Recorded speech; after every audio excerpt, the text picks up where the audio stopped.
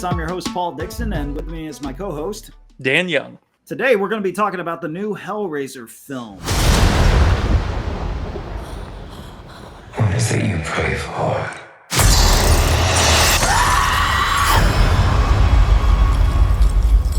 A take on Clive Barker's 1987 horror classic where a young woman struggling with addiction comes into possession of an ancient puzzle box, unaware that its purpose is to summon the Cenobites. Starring Odessa A'zion and Jamie Clayton. So Dan, what did you think of Hellraiser? It's always a weird kind of relationship with horror movies and myself. More often than not, I don't really dig the gore. It's not that I just don't like it or it's squeamish. I just usually feel disconnected. I always feel like they're always trying to one-up the gore and always trying to push the limit to see how grossed out they can make people, right? Hellraiser does exactly what I feel like the old Hellraiser does. I think that it hits every note. It lives up to what Hellraiser was. It just does it so well. Nothing is scarier than what human beings are capable of, honestly, in my opinion. And I know the Cenobites can be scary unto themselves, especially when they're coming to collect their marked ones. Really, it always just ends up being, what are people willing to do for what they want? I thought it was just wonderful. I actually thought this was probably my favorite Hellraiser film over the original and the second, and of course all the sequels. I suppose that's not a tall order because there's not a lot of good Hellraiser films. I mean, there's more bad than good at this point. I might be wrong about that, but it seems that way.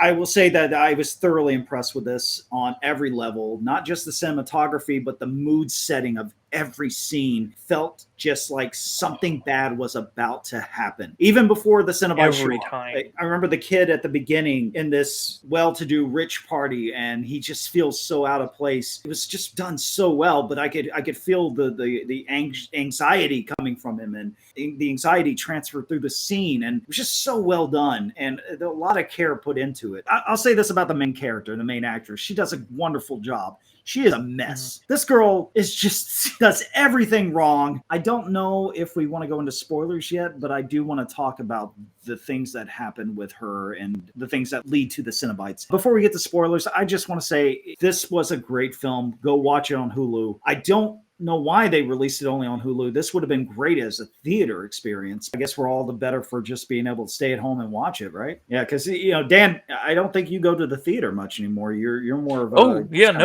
no. I got a nice big TV and a nice setup, so that way I can enjoy movies from home, kind of in the theater experience. I watch so many movies. Do you know how expensive it would get to go and see movies at the rate that I watch them? Average in about one movie a day. Yeah, when it comes to Hellraiser, it's on Hulu, so no biggie either way. I want to get into spoiler territory, so this is your chance to turn back now. Turn back.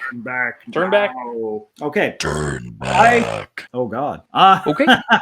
All right. Not her fault, but really her fault that her brother gets taken. I mean, it's so frustrating to see this character keep making bad choices, but I love how the end works, where she has a chance to resurrect her brother. And she's like, I know this is a trick. I know you guys, your game, your gift, it's going to backfire. Because she sees the rich man has this giant thing through his chest, and he's just like, I made a deal, and this is what happened. It's like, yeah, you could probably get your brother back, but there's going to be a huge caveat to it.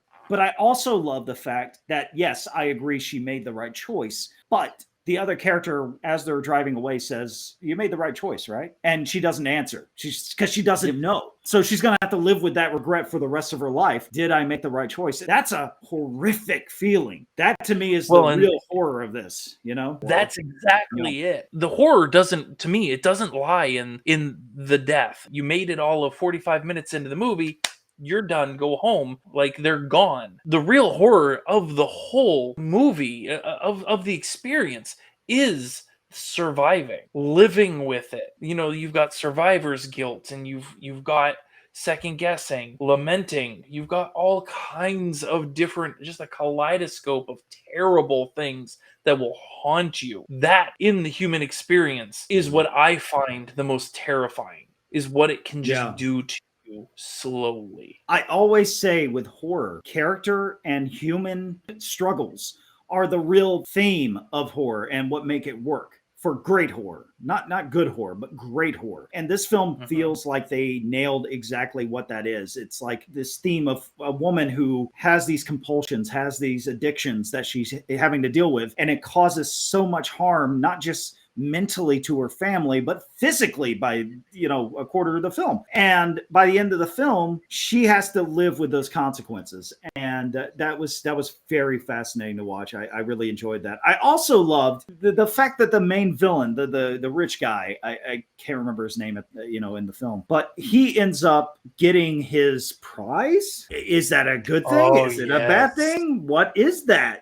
That's kind of where they leave you questioning that. And I love that. Now, technically, they show him kind of going through this whole process at the end, like a changing, a metamorphosis, if you will. Didn't he look like the new because Chatterer? He's getting power. Well, remember the Chatterer, that guy. Yes. Yeah, that's exactly what I thought it looked like. He looked like it. He looked like the new version of that. So maybe that's what they were going with. I figured they were making a new Cenobite because that's what I thought. Power. Well, the eyes told me that he was. He won in a way, but is it really winning? That's the question. It's like, okay, you won this prize to be a Cenobite. Do you want? I mean, that's what kind of existence is that? They don't seem like they're very happy people. The one Cenobite with the razor wire kind of thing seemed pretty happy near the end.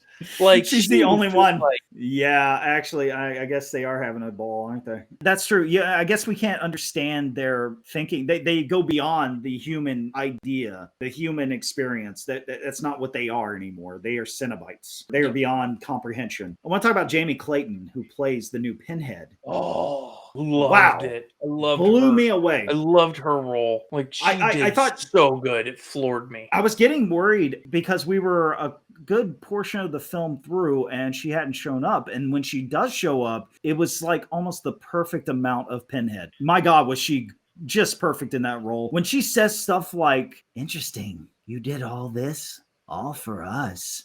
And it's just like stuff like that gets under my skin. Who do you pray for? Yep. She makes Pinhead her own. She takes that role and does something new with it. Yeah. I really wish that the main actor had gotten more good movies in because he was phenomenal as well. I'm sorry, I'm blanking on the original actor's name. He's so iconic when you see him. And something else somebody pointed out was you have this very Gothic look, the bright white skin, the black leather. This didn't feel like that. It was like everything was made of flesh. All their clothing, everything. Yeah, they were more skin deadening color. It gave me the creepy willies, and I was like, ew, this is the. And I watched it this morning, and it was daytime, and I really wanted to watch it at night. We went to bed too late. But man, I kind of wish I hadn't watched it at night. I'm glad I watched it during the daytime. But my God, this I watched it at really night, great. and wow, it was so good at night. But you have your wife, man. I don't have anybody here. If I look down the hallway, I'm just gonna see Cenobites. Well, ask one to stay the night. So Pinhead's pretty hot. Yeah.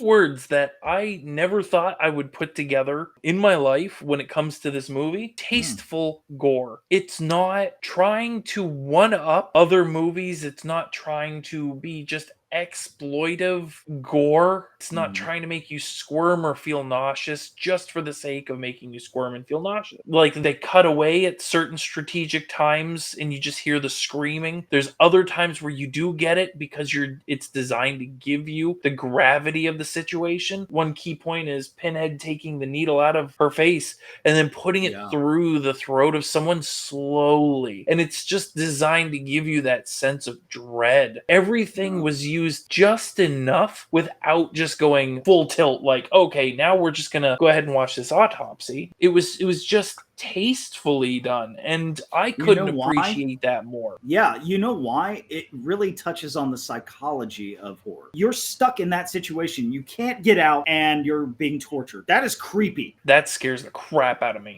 Like, yeah, that's awesome. Whenever someone got cut, I was like, oh no.